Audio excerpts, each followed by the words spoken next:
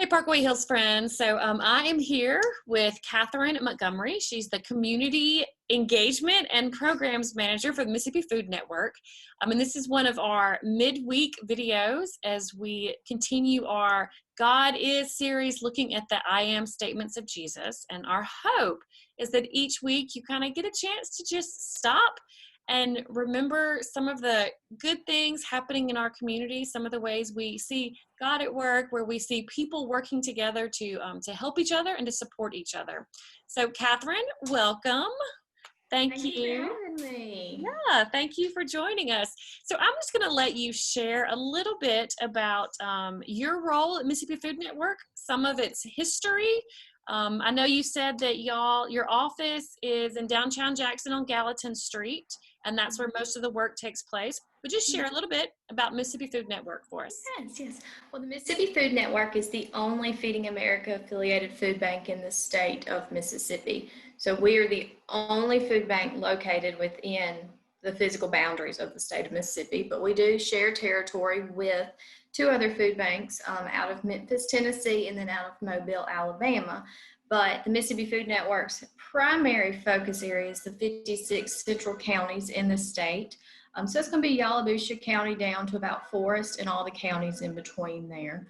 So we opened our doors in 1984, and our main focus is to acquire, warehouse, and distribute foods to organizations throughout our state.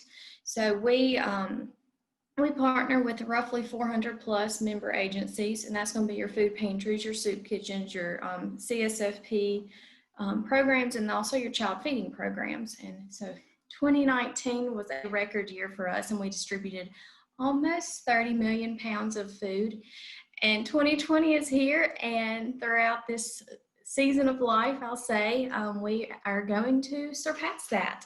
We did not think that would ever be possible, but 2020 threw a curveball with the pandemic, but we here at the Food Bank have risen to the occasion, and we've hit our goals, surpassed them, and can't wait to see at the end of the year what we've been able to accomplish so far. Wow.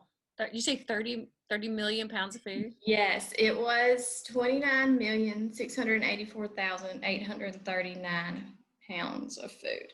So it was a record year, and then I guess we were excited about that in January, and then the joke was on us and COVID hit, and now we're averaging anywhere from 3 to 4 million pounds a month getting out of this warehouse here to recipients in the state. So we thought 2019 was fabulous, and now 2020 poundage wise is going to surpass that even more.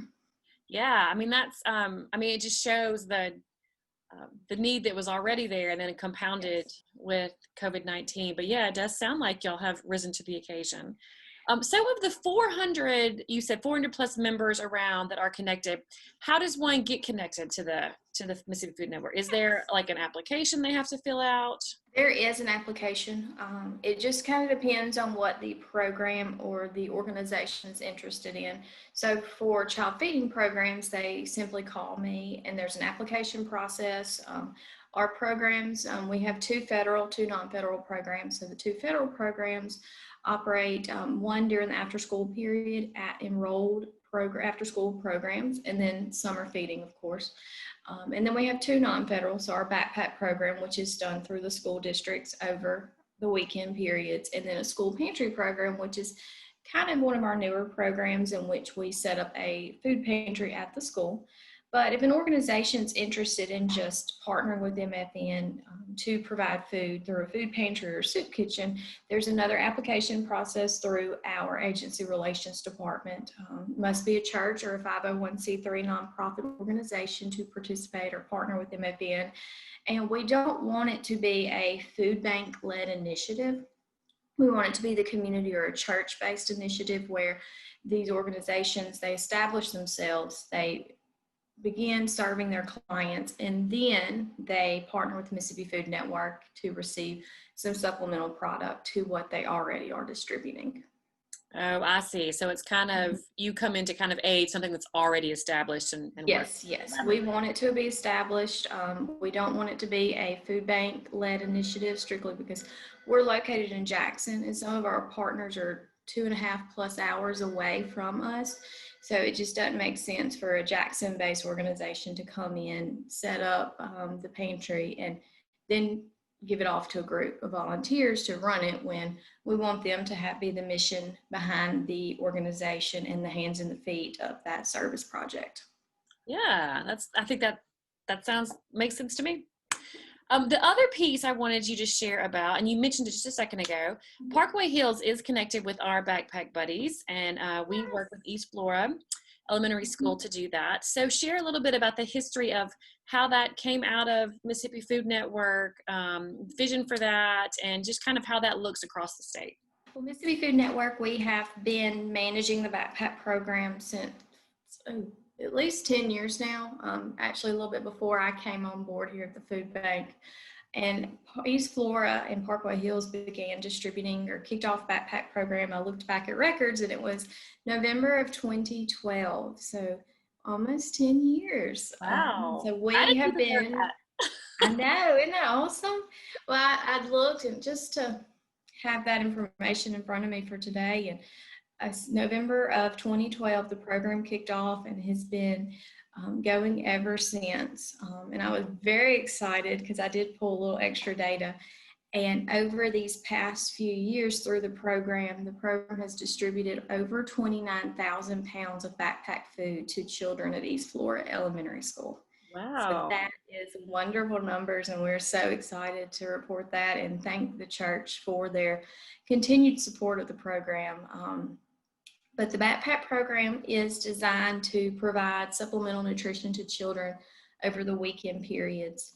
So during the school year, many of these children that do receive the backpack meal kit receive federally free and reduced meals at the school, but they often go without or very little over the weekend, or their parents' budget is stretched further than it should be compared to the week. So the backpack meals are distributed to children that have been identified at the school as high need, going chronically hungry over the weekend. And the staff at the school distributes these backpack meal kits to those children. A typical backpack meal kit is roughly 9 to 10 items, everything shelf stable, child-friendly foods. It's going to be your cereal bowls, your fruit juices, your fruit cups, some Pop-Top can entree items. And then occasionally, if we have a little extra foods available, we will throw in an oatmeal packet or a granola bar, or just an extra snack in there for those children, just to take home over the weekend. It's supposed to be about 2 to 3 meals and a few snacks. And each backpack meal kit weighs about 3 pounds. And we, last year, before COVID, before March and spring break, we were partnering with about 50 programs throughout our service area and distributing over 2,000 backpack meal kits every single Friday during the school year. Good grief. Yes. Yes. And many of these programs, after spring break and once schools shut down, many of the programs they went above and beyond, and it's including East Flora and Parkway Hills, because the program contact would come and she would pick up the meal kits still every month to take to the school, and she and the school staff would distribute those backpack meal kits to the recipients as they were going through the grab and go meals line at East Flora. So being able to provide that extra little bit of hope during such unknown times for, elementary age student, I know provide a lot of hope and encouragement during the beginning of COVID-19. Yeah, and so I know, thanks for bringing that up, because I know some people were wondering how that worked out with them going home. And even I know that we have no idea what this coming school year will look like, that there will be, it'll be different is all we can say. So you foresee Backpack Buddies continuing on through this year as well? Yes, yeah, we actually sent out a survey last week just to kind of gauge interest, but I do anticipate to some capacity kicking off backpack program and hopefully all of the past 50 sites, and whether it be in person or doing deliveries of the backpack meal kits or doing pickups via mobile distributions when they do the grab and go meals. We are very determined here to continue to meet the needs of children during this season. So one way or the other, these kids are getting fed. And we're just thankful for our partners and our sponsoring organizations that have allowed us to continue to do this, and to continue to do our mission and our good work during the time, during this lovely season.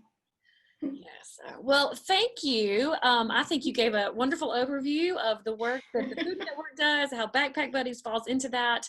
As we leave, I'll just ask: is there, if people want to contact for more information, or if they just have questions of their own, is there a place they can go? Yes, you can go to our website, msfoodnet.org, and on that page it provides a lot of information about our history, our mission, values, programs that are operated by the Mississippi Food Network, and then there's a contact us page, so you can call our direct line or you can even reach us through that website. Right now, we normally have volunteers and we normally are kicking off for food drive season, but in light of COVID-19, we have suspended volunteers temporarily, and then our food drives that we normally host at schools, at organizations, we've actually shifted those to virtual.